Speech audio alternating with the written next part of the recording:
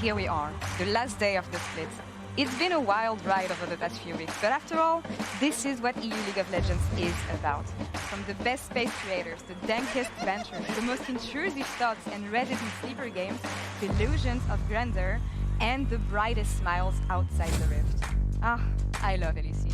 And I hope you're still hungry for more League because we saved the best for dessert. Our winter finals will feature a repeat of Carmine Corp against G2 Esports.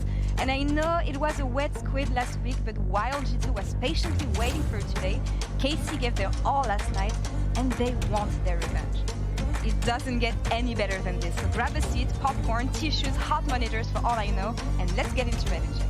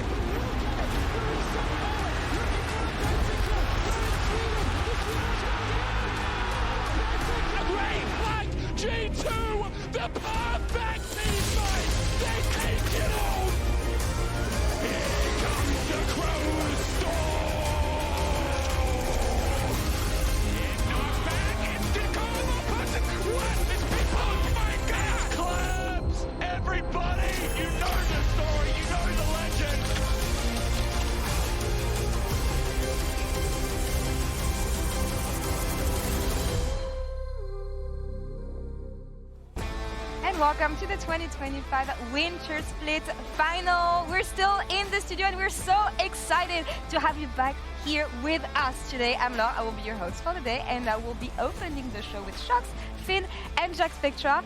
What a day we have ahead of us. Ladies first. Yes, what a day. I'm super happy. Wonderful introduction by you as well, Laure. But the fact that we had a G2 that was really ramping up throughout the split, right? They love to plant the seed of, oh, we're really not that good. Yeah. But they are. And then KC yesterday making it in a full 5 games. And I feel like we really needed a new finalist to kind of try and push G2 off the throne. And I'm just so excited because you can choose any lane today and it's going to be a crazy storyline to break down. I think there's just so many hype matchups today from top to bot across the board. I think everything is exciting about today. So many amazing stories from both sides. What's your favorite? Yeah. I mean, for me, probably my favorite is Vladi, but overall, this whole K-Corp is like a fairy tale, you know? It's like their demise last year and how poor they looked. And now the fact that they're built around 2 rookies that were like, I mean, they were unknown until they became extremely hyped, right? And I feel like the fact that they have that core makes it so much more exciting to watch rather than being built a team around players that we already know. It feels like we have so much to look forward to. Even if they lose today, I'm still going to be excited for K-Corp next split and keep that momentum building. For me, today is about the new generation of players that we will discover and keep on seeing in the LEC in the coming years. But let's roll back a bit. It's been an exciting split. We saw so many exciting moments, whether it's from interviews, from gameplay itself. Gameplay, we'll see about this. But we want to award actually some moments, starting with maybe best interview. Yeah. Sounds good. Which ones would they be? Which ones would it be? Let's take What do you a guys look. remember? I feel like this was a really entertaining split. Yeah. I mean, obviously I'm in it, so I always think that, but there were some... For me, it's been about the benchers. Yeah, let's look at the... Oh, the Upset Mickey X Foundationalized. that was good. But I just know, we had people voting on these, by the way. Yeah, with people voting on this. For me, it was the Mickey BrokenBlade. I love this love story. Yeah, and for me, I love the Georgia Pion humanoid. That was like constant throughout the entire split. They were just shitting on each other on broadcast. He's constantly talking. Yeah, not trash. on the Rift though. Not on the Rift. Nah, that was they were saving it for summer. Don't worry about it. And yeah, I mean, for me, the Foundationalized, I still had people in solo queue that were typing it to me, so it definitely seemed to have some impact. But I think Yoto and Versteel Falco, for me, just that quote. You made the this one. aftermath of it. TLDR. She told me, she said, hey, Giotto has a hot take. It's that he thinks that G2 isn't going to make Worlds. And then I was like, okay. So I asked him, I'm like, and you know, other teams are going to get better like G2. And I just saw his eyes. So trigger warning. Well done. Yeah, well done. Yeah. Well done. We'll keep this so who's the winner? Yeah, let's reveal, shall we? A lot more from Giant X, and I didn't see that in the last few weeks. So for me, I think this roster has potential to be top 4, and a clear, good showing against G2 will really like foundationalize that. That's a made-up word, but it did sound really good. And what do you guys think about what they're talking about? Is the only real way to attack G2 right now to attack jungle support? I mean, I think it's all about foundationalizing, like Spectra says. If they foundationalize well, they can probably get a huge advantage in the foundation department. But if they do it poorly, it's probably going to be really hard for them to snowball the game. Yeah, and I think all of it starts in the bot lane. I think... Is that the foundation? That's the foundation, yeah. It's the beauty of English. You can make up anything. Any comments on this? I don't know. I feel like it didn't sound as bad in my head. It doesn't sound bad. I feel like it should be a word. I believe it. I think we should start using it. Let's keep it. Let's keep it. Right. Next category we have is the best team fight play. We had a lot. Is it best mic check moment? Best mic check first?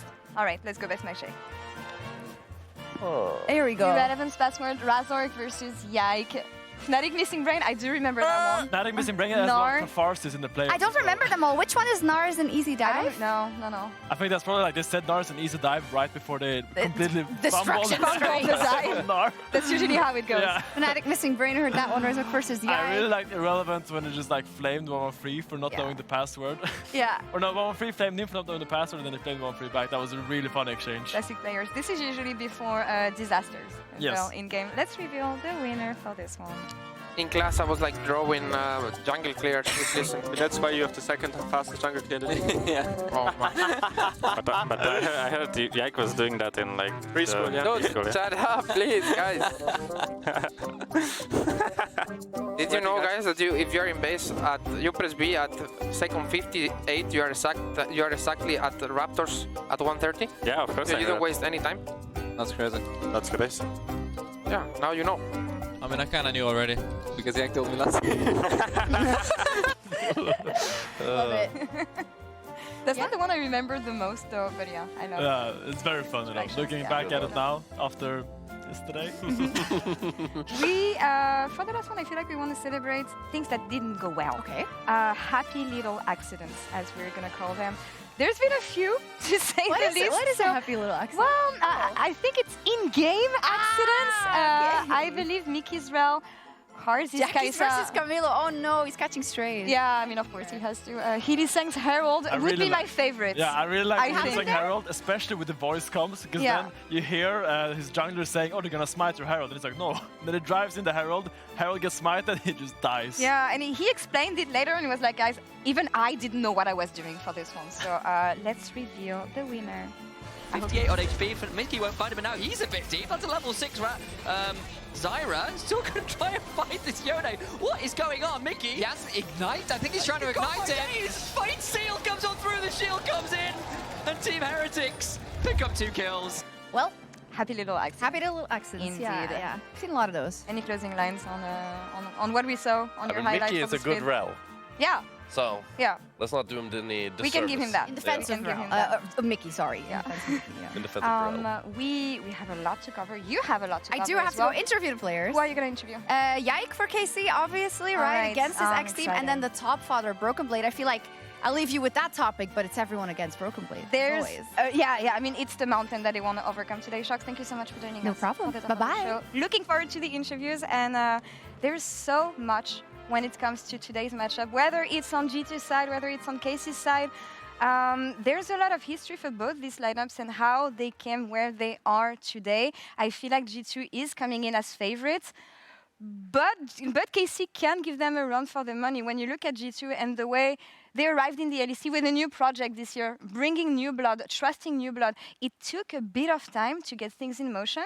But I feel like people doomed them before they had time to show anything, and what a growth from G2 and especially these new players that they brought in. Yeah, I think it's just because when you look at G2 the past 2 years, they achieved everything almost you can achieve in Europe. So when they come in and they make changes to a roster like that, they're gonna be open to critique if that doesn't work out. And the first 3 weeks looked shaky from G2. I think that's an objective truth.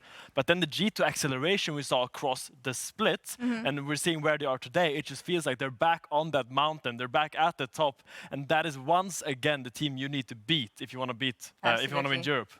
And I do love kind of G2's direction in the last 2 years, that they are very open to bringing in new players and rookies. And I feel like maybe part of that is also K-Corp looking at that and saying, you know, we need to have rookies to beat them. And I feel like it's the same with like Team Heretics, you know. A lot of teams right now in the LEC are willing to take a chance on these players. And I think it's so healthy for the league, and it makes it so much more exciting to watch. And that's really exciting about KC because, as you said, when you look at the team they have right now, the core of the team being rookies, and also looking at Kalist in the way he completely surpassed the expectations that we had for this player at the beginning of the year. Yike, of course, here, captain being first for his team, but I have a lot of admiration for what this roster built from being dead last year in the LEC into making their LEC finals for the first time ever 1 year later. What a glow up. What a glow up. And it really reminds me of those old teams of Europe where they will come in a rookie team and just show everyone what deep talent pool we have in Europe. And seeing Kalist and Vladi just come to this talent and just come into fruition in this way, I think it's just so beautiful to see. Because when you get a rookie with this amount of confidence, you just want to see how far they can go. Is this finally the time where we can actually compete internationally? Because I think this is what we need. We need new blood in Europe, and we need people that is willing to go on stage with confidence and compete against the world. And they got a test at what it takes to be the best, I feel like. Last week, Jack Spectra, when you look at the first time they faced off against G2 Esports in a best of 5, wasn't pretty for them. Yeah. What weaknesses did G2 expose for that? I mean, I think it was the weakest we've seen Kalist. For me, I've watched him and played against him a long time, and it was the worst series I've ever seen him play.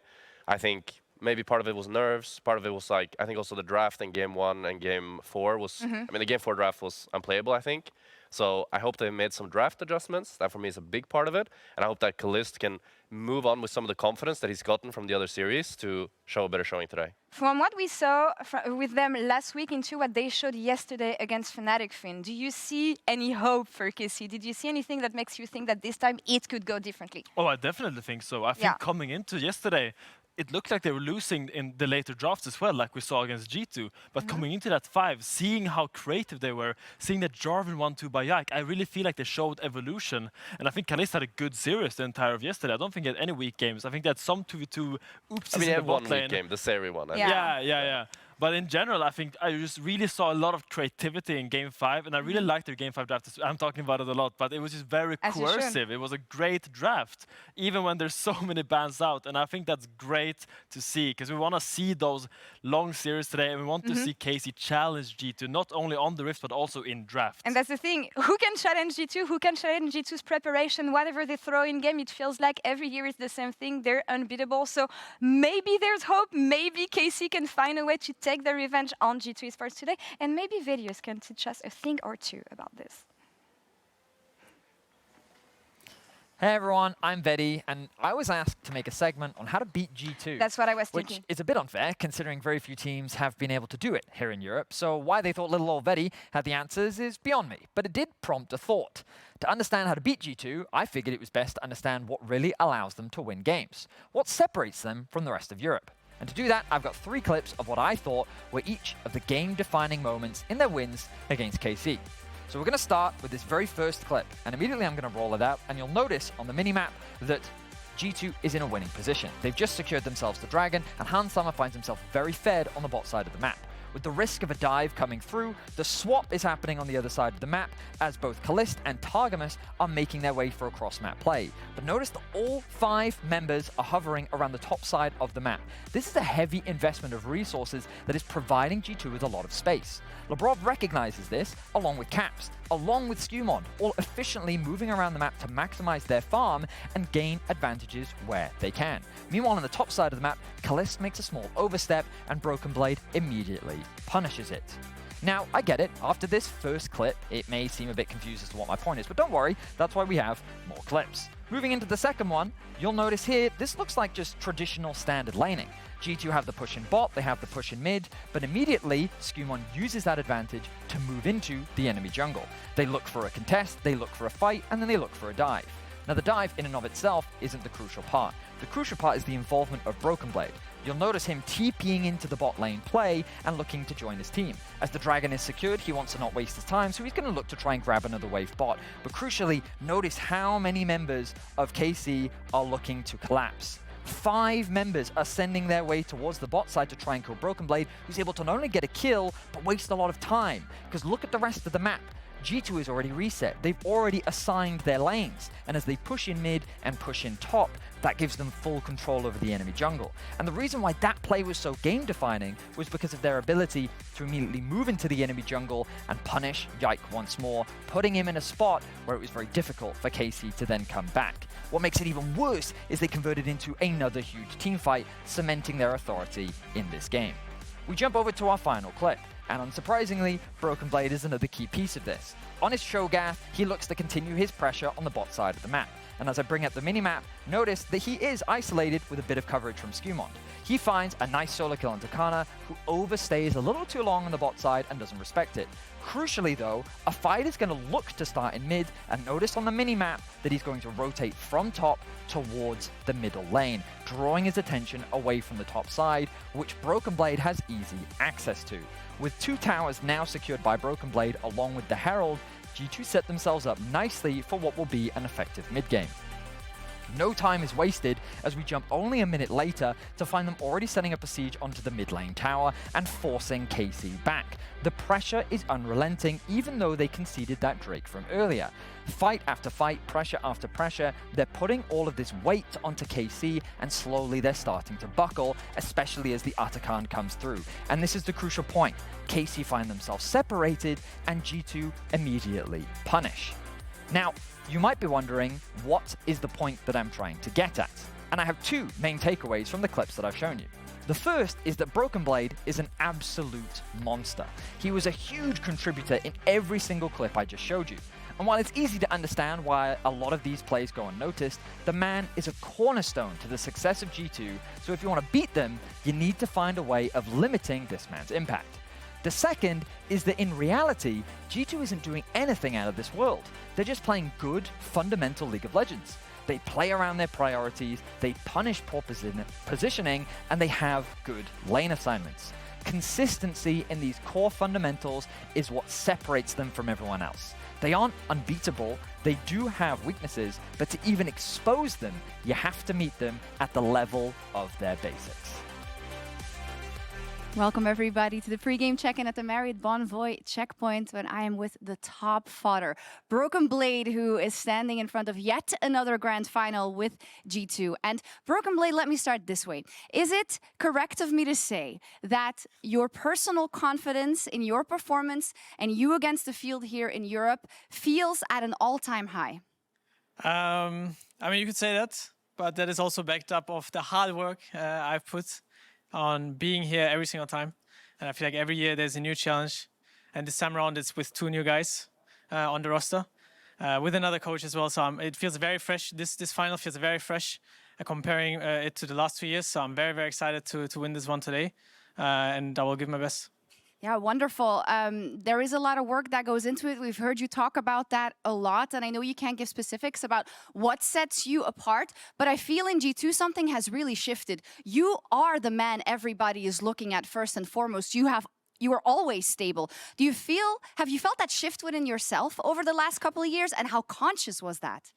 I mean, I feel like over the years I had some highs, some lows. I always want to be at the consistent level, and especially since last year, I feel like in the international tournaments, I've realized how much closer I've gotten to the level that I want to be, and I think that is a big plus for me.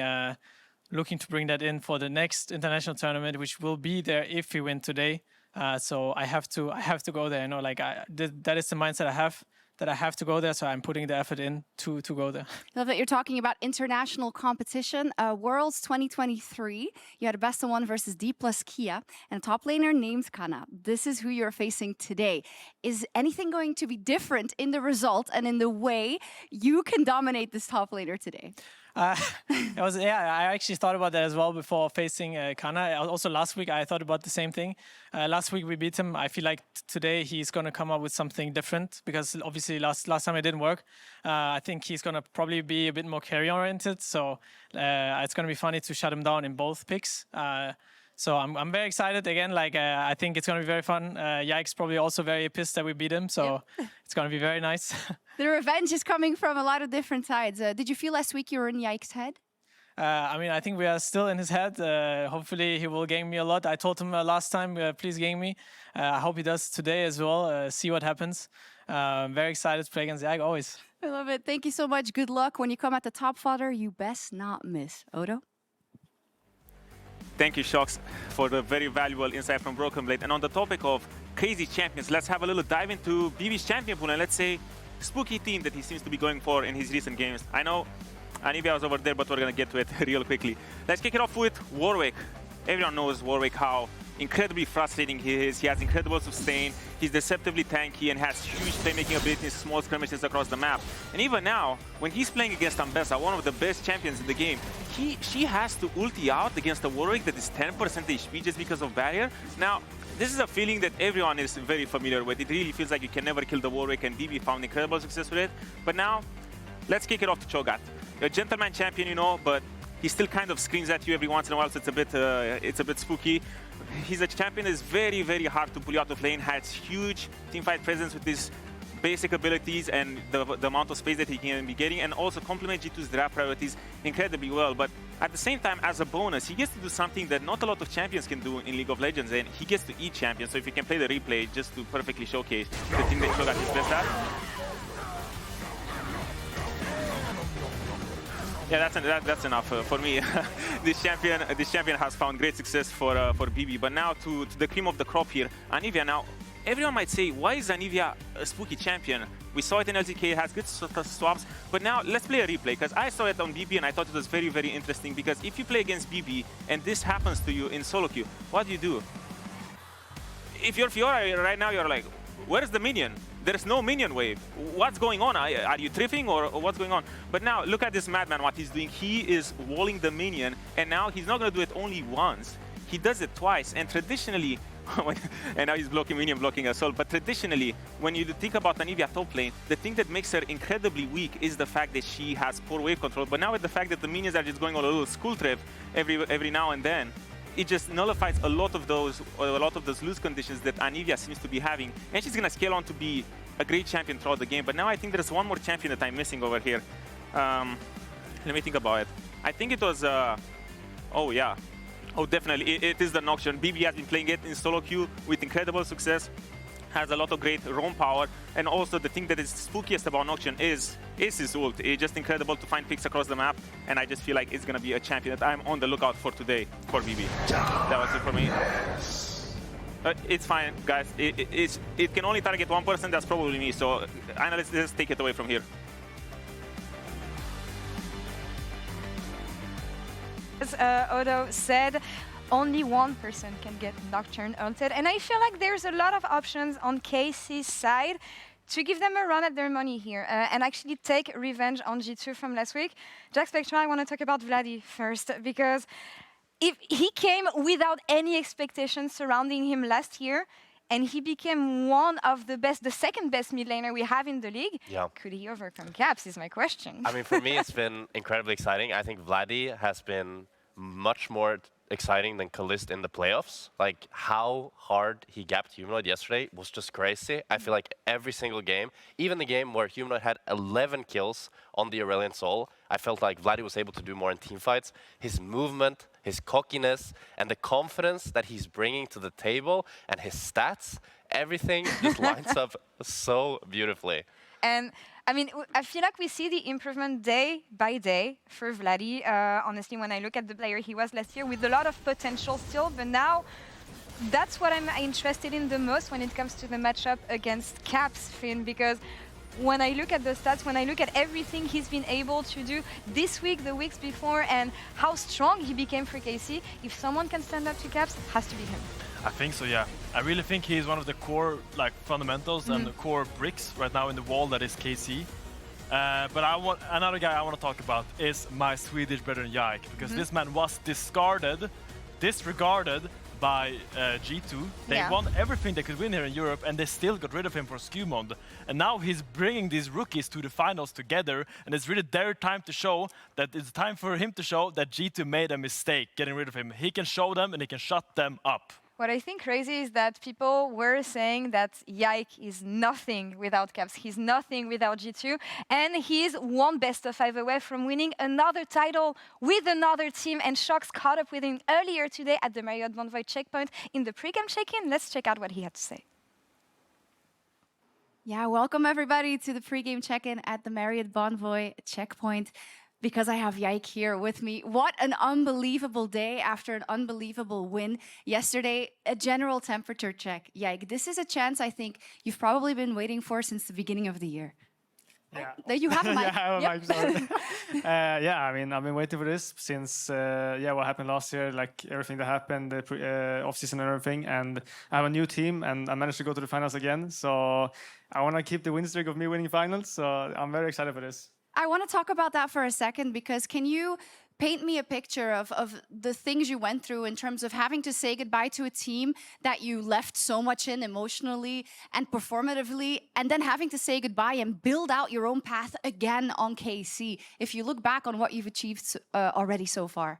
Yeah, I mean, it's been a crazy journey for me. I mean, playing 2 years in G2 is for sure took a big hit in me, like leaving the team and leaving all the players, the staff I worked with. But I have a new team now, and new players, new staff, and it feels like a very new experience, and I can learn a lot from this. Are you grateful in a way that it has gone this way and that you really had to look within yourself and that you succeeded so far, and I think being quite the leader for this team as well? Yeah, I mean, I'm very grateful. I mean, I'm happy that I experienced what I did, and I think I wouldn't be here if everything didn't happen. Like, there's no point of me being here, so I'm just happy with everything that happened. Everything happens for a reason. We hear a lot of good things about the KC coaching staff specifically and about how they approach things without, of course, giving the specifics, right? How well surrounded do you feel comparatively maybe to also a very good system that you had in G2? Yeah, I mean, it's hard because G2's system was insanely good, of course. Like, G2 always had a good system. They always got good feedback. And going into KC is for sure like some different stuff. But I think there's new stuff that also looks like better for me and like improvements. And yeah, I really like everything that the KC staff has come with us. Okay, finally, let's talk about G2. It is the team that you put so much into. I know that revenge plays a little bit of a part, or at least proving yourself. Talk to me about your motivation today to give the KC fans what they are yearning for. Yeah, I mean, I know KC had a very rough year last year, and I'm joining the team this year, and we are already in the finals. And I know how well G2 has been performing the last 2 years, so it will be an amazing way for like the KC's like journey to start, winning this first LEC split, and also ending the G2 era. That's my goal. I love it. Thank you so much, Yike. Good luck, you. and let's hope for an awesome final. Thank you. Thank you so much, Shox. Amazing to hear from Yike, and what an amazing history and trajectory for this player, from having success at G2 to finding success and staying in one of the top teams once again, Finn, and today he's playing against Kumon. Yeah, and I feel like Yike's career and Skumon's career just mirrors each other, because right now Skumon is going through what Yike did 2023, and this is kind of Yike's chance to kind of shut down that same trajectory and stop him in his tracks, and I think that's just such a cool matchup. There's so much history in every lane for this matchup. There is so much that we could talk about, but for me, when I think about Yike, what it could mean for him, all these rookies at KC, what it could mean for them, the coaching staff, the org even, because when I think of Kameto, this is his life's project. And Last year was the roughest year and the roughest debut they could have had in the league. But when I see passion like this, guys, and when I see what League of Legends and when I see what a project like this finding success can bring to a man and to the fans cheering for this team, I'm all for it. It's beautiful. Yeah. It screams passion, it screams ambition, and it makes you want to see them succeed. And honestly, props to them, because being a new org, they are our newest org in the league right now. And going from dead last to, well, actually, they weren't really dead last, but to having such a coherent project that, you know, it makes sense. Everyone is doing their part to making sure that KC gets elevated time and time again. It is honestly so exciting to see them in this position right now. Yeah, and that passion is just such a privilege to be a part of, because we love seeing it, and this is really what it's all about here in LEC. I want to see some predictions, actually. I want to see what people think about this matchup, because even if G2 might be favored, I don't know. What did I say? I didn't say anything. I didn't say. I feel like I'm the traitor here. I said FF. Yeah, I can't vote here. I'm sorry, guys. Who's the traitor here? I am the traitor. You guys are both going for K-Corp. It's just, I have put so much passion into K-Corp this split. I have been their #1 fan almost. Even last time when they played G2, I was saying they are gonna win. They're gonna win 3-2. But they let me down. And right now, I wish they will turn me back again. Let's see what kind of revenge they can take today, because we are ready to head into our winter finals. After 6 weeks of competition and 81 games, we get to live a new chapter of European League of Legends history. Some will say that it's not a finals if G2 is not in it, but they came with a twist this year, creating new foundations and trusting fresh blood. On the other side, we might be witnessing the most amazing turnaround we had in the LEC, from a crushing last place into making finals the next year. Karmine Corp is actually here to show that a man's dream will never die, and today is about blood, sweat, and tears. It's time for us to kick off the 2025 Winter Finals.